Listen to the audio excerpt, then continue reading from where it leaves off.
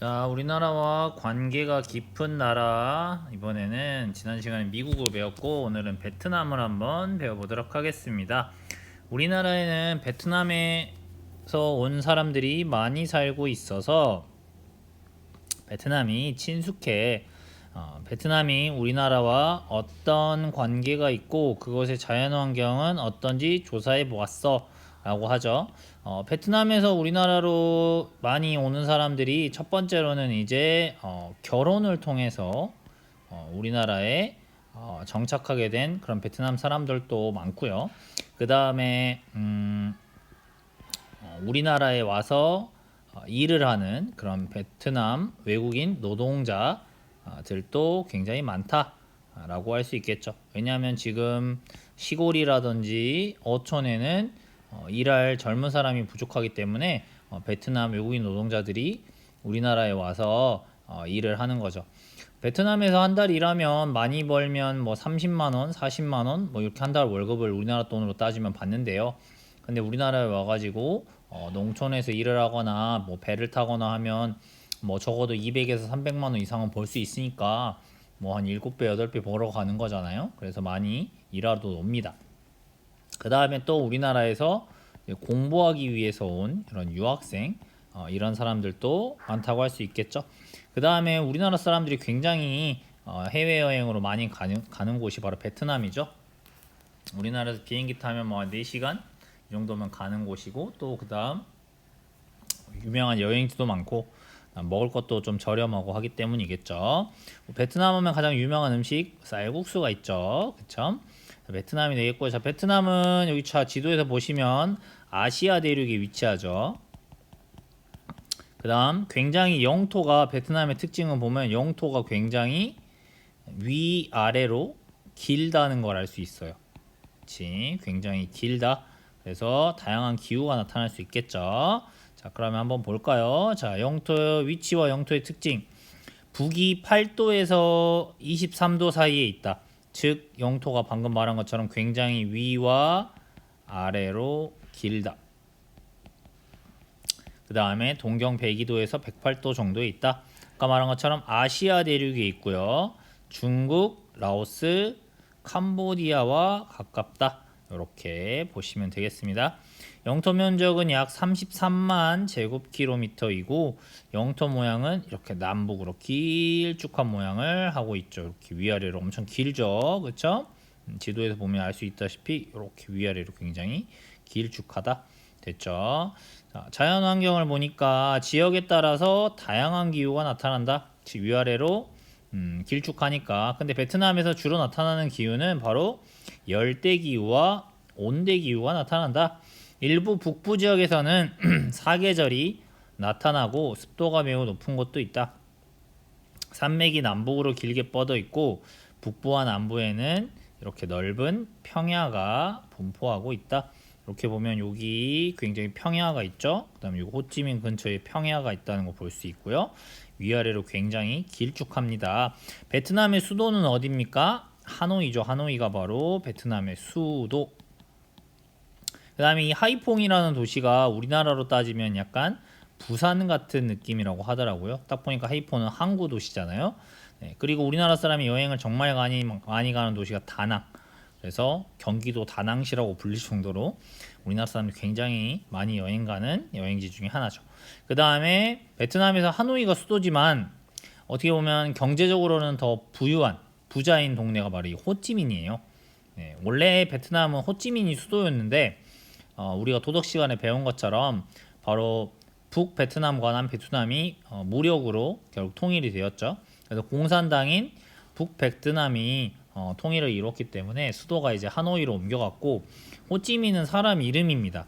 바로 이 베트남의 통일을 이끌었던 이 공산당의 리더 이름이 바로 호찌민이었죠. 그래서 바로 도시 이름을 호찌민이라고 바꿨던 것이에요. 인구는 약 9,733만 명이다. 우리나라의 1.9배 정도. 베트남 인구가 굉장히 많은 나라다. 많은 나라다 보니까 뭐예요? 인건비가 저렴하겠죠? 인건비가 뭐예요? 사람이 노동을 할 때 지불하는 노동비요. 이것이 저렴한 특징을 보인다. 그러면 오른쪽에 보면 우리나라와 베트남의 관계. 그래서 우리나라는 베트남에 전자제품이나 부품을 많이 수출한다. 많이 팔고 있다. 그럼 뭐예요? 우리나라의 뭐 세탁기라든지 냉장고 있잖아요. 삼성이나 LG 이런 냉장고나 세탁기가 베트남에서는 굉장히 잘 팔린다고 해요.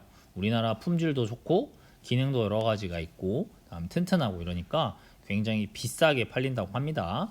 다음 베트남에서 전자제품도 마찬가지로 수입하고 옷도 많이 수입한다. 그래서 요즘에 우리가 입고 있는 나이키 같은 옷들 있잖아요. 대부분 이 베트남에서 많이 만들어요. 옷을.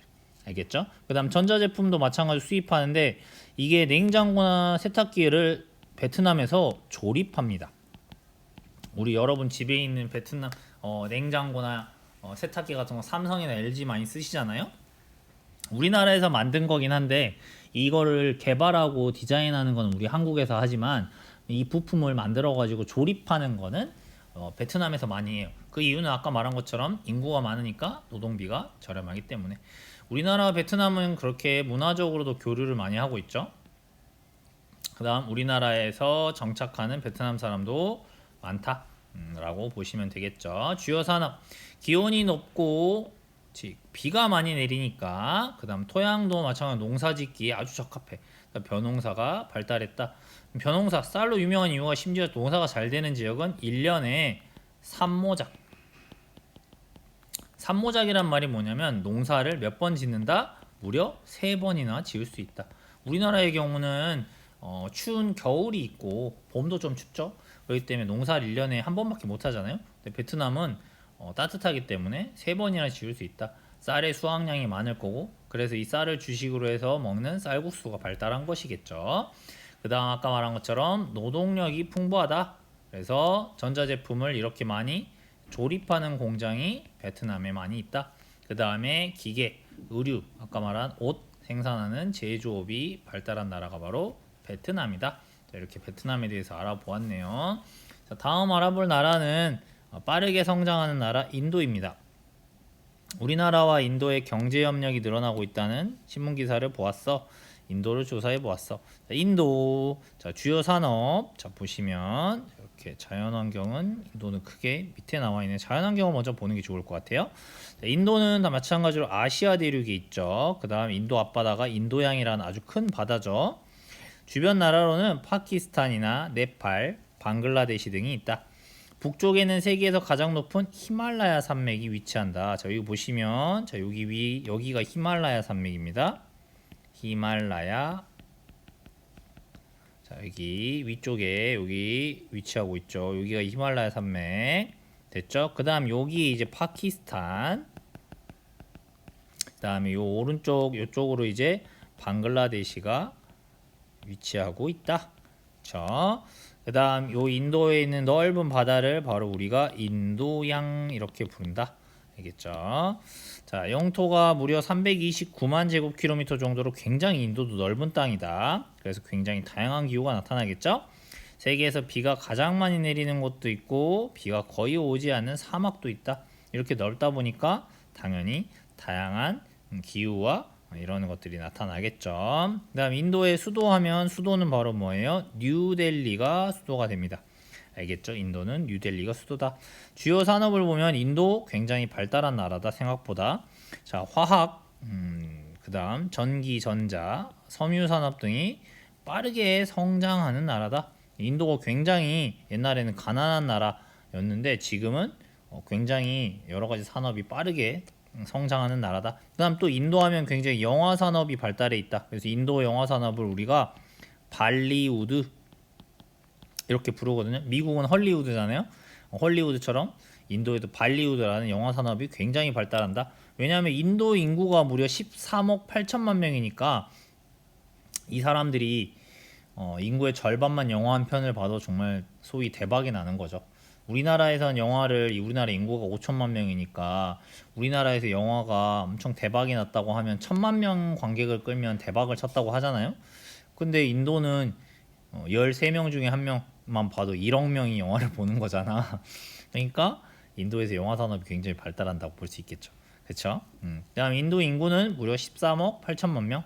세계에서 중국 다음으로 많다라고 했는데 이거 뒤집혔죠. 지금은 누가 1위예요? 인도가 1위로 바뀌었네요. 자, 교과서가 만들어질 때 이후에 세계 인구 1위는 바로 인도로 바뀌었죠. 그다음 우리나라 인구보다 무려 거의 30배가 넘는다.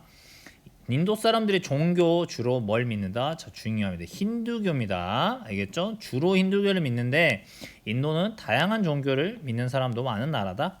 그리고 워낙 땅이 넓다 보니까 사용하는 언어도 다양하다. 근데 인도 하면 좀 특이한 게 뭐냐면 인도의 특징 중에 하나가 빈부격차가 굉장히 심한 나라입니다. 이 정도로 심한가 싶은 거예요. 즉 부자들은 어마어마한 부자예요. 전 세계 순위에 들 정도로 어마어마한 부자입니다.